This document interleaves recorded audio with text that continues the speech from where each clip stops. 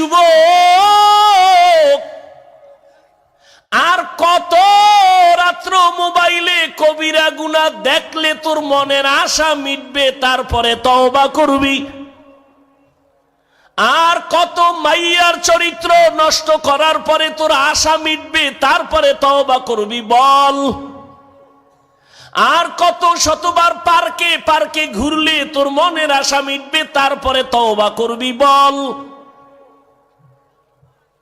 যদি বলো আরো 2 বছর গ্যারান্টি দে, তোর হায়াতের আর বাকি কত? করোনায় যুবকের লাশ, ছাত্র জনতার আন্দোলনে যুবকের লাশ, গাড়ির নিচে যুবকের লাশ। সকালবেলা আম্মুকে কয়, আম্মু আমি একটু বাজারে যাই, কটিয়া দি। কেন? আমার এক বন্ধু আসছে, দেখা করে চলে আসব। কত টাইমে আসবি? আম্মু আমি 1 ঘন্টার মধ্যে চলে আসব। বাইকটা নিয়ে দৌড়। বাইক মরণ ফাঁদের এক নাম বাইক, ওখানে বইলেই খালি আগুন জ্বলে, শরীরে খালি পাওয়ার বাড়ে, ঠিক না? আর পেছনে যদি বিপরীত পার্স থাকে তো আরো আগুন। যুবক বাইক নিয়ে ধাম করে চলে গেছে কটিয়াদি বাজারে। 1 ঘন্টা মায়ের কান সজাগ আছে, 1 ঘন্টা পরে আমার বাবা আসবে। 2 ঘন্টা 3 ঘন্টা মায়ের অন্তরে একটা বাড়ি মারছে।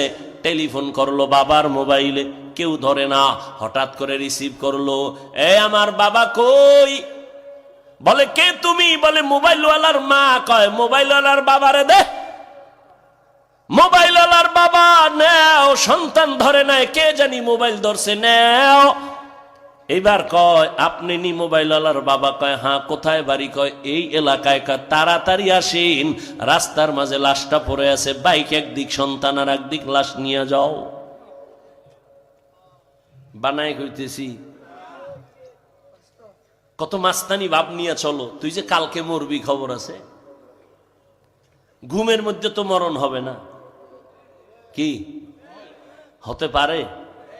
এই চিন্তা করে যদি ঘুমাইতি, কানের ভিতরে গানের তার লাগাইতি কেমনে? একটু চিন্তা কর মুসলমানের সন্তান হিসেবে, যে ঘুমের মধ্যে যদি আজরাইল এসেই পড়ে আর আমার কানে যদি দেখে গানের তার ঢুকানো, লজ্জা শরম এতটাই গেল।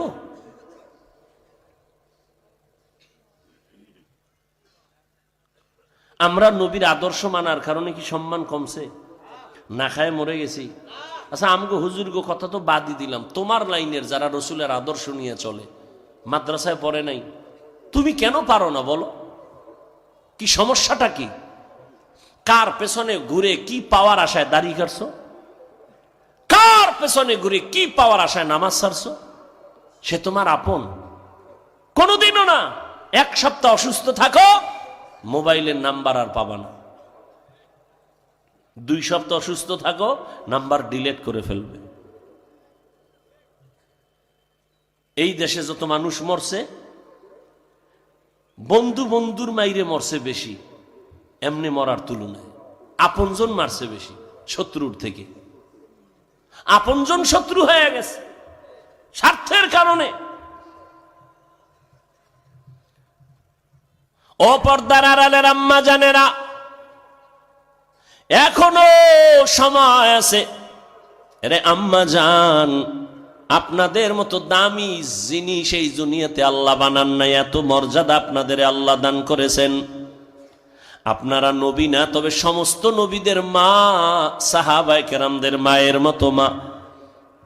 আয়েশা রাদিয়াল্লাহু আনহার মতো দামি নারী, ফাতেমা রাদিয়াল্লাহু আনহার মতো দামি নারী, খাদিজা রাদিয়াল্লাহু আনহার মতো দামি নারী, ইসমাইল নবীর মা হাজরা আলাইহিস সালামের মতো দামি নারী। আরে আম্মা জান, আপনারা তো ঈসা নবীর মা মারিয়াম আলাইহিস সালামের মতো দামি নারী। এই দুনিয়া আল্লাহ পাকের এক বড় দুশমন ছিল ফিরআউন। জানেননি ফিরআউনের স্ত্রীর নাম কি? এই আসিয়া। এত বড় বেঈমানের ঘরে থাইকে আমার আল্লাহর এত পেয়ারা হয়েছেন। রহমতের নবী বলেন, জান্নাতে আসিয়ার সাথে আমি মুহাম্মদের সাথে বিবাহ হয়ে যাবে।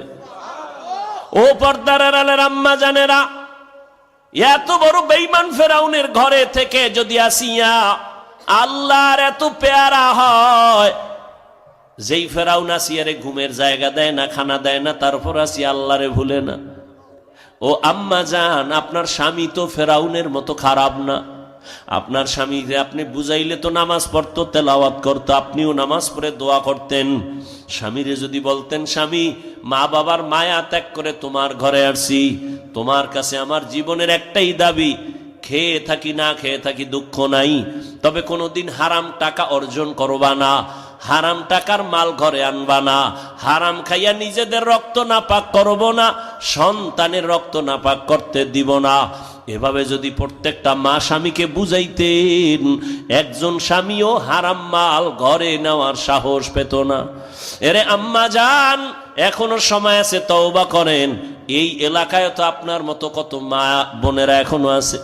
বহু মা খুঁজলে পাবেন, নামাজ ছাড়ে না, বেপর্দায় চলে না, স্বামীর মাল নষ্ট করে না, খেয়ানত করে না, নামাজ পড়ে, পর্দা করে, মোবাইলে চরিত্র নষ্ট করে না। এরে আম্মা জান, আপনারা কেন পারবেন না? দুনিয়াতে আদর্শ সন্তান রেখে যান, একটা আদর্শ সন্তানের মা হইয়া কবরে যান। সন্তান যদি আদর্শবান ডাক্তার হয়, রোগী দেখবে, আজান হবে, বলবে তোমরাও নামাজে যাও, আমিও নামাজে যাই। আবার কোরআন তেলাওয়াত করে ওই সন্তান আপনার জন্য দোয়া করবে। আপনার সন্তানের ব্যবহারের কারণে অন্য মানুষ আপনার জন্য দোয়া করবে, মা কত ভালো ছিল, সন্তানের কারণেই ভালো। এরে আম্মা জান, এখন থেকে তওবা করেন, নামাজ ছাড়বেন না, বেপরদায় চলবেন না, মা বাবারে কষ্ট দিবেন না, স্বামীর মালের খেয়ানত করবেন না, সন্তানগুলো আদর্শ সন্তান হিসেবে গড়ে তোলার মেহনত করবেন। ও যুবক বাবারা, এখনো সময় আছে, তওবা করে নাও। বৃদ্ধ বাবাজি, আপনার মতো কত বুড়ারা মসজিদে গিয়ে নামাজ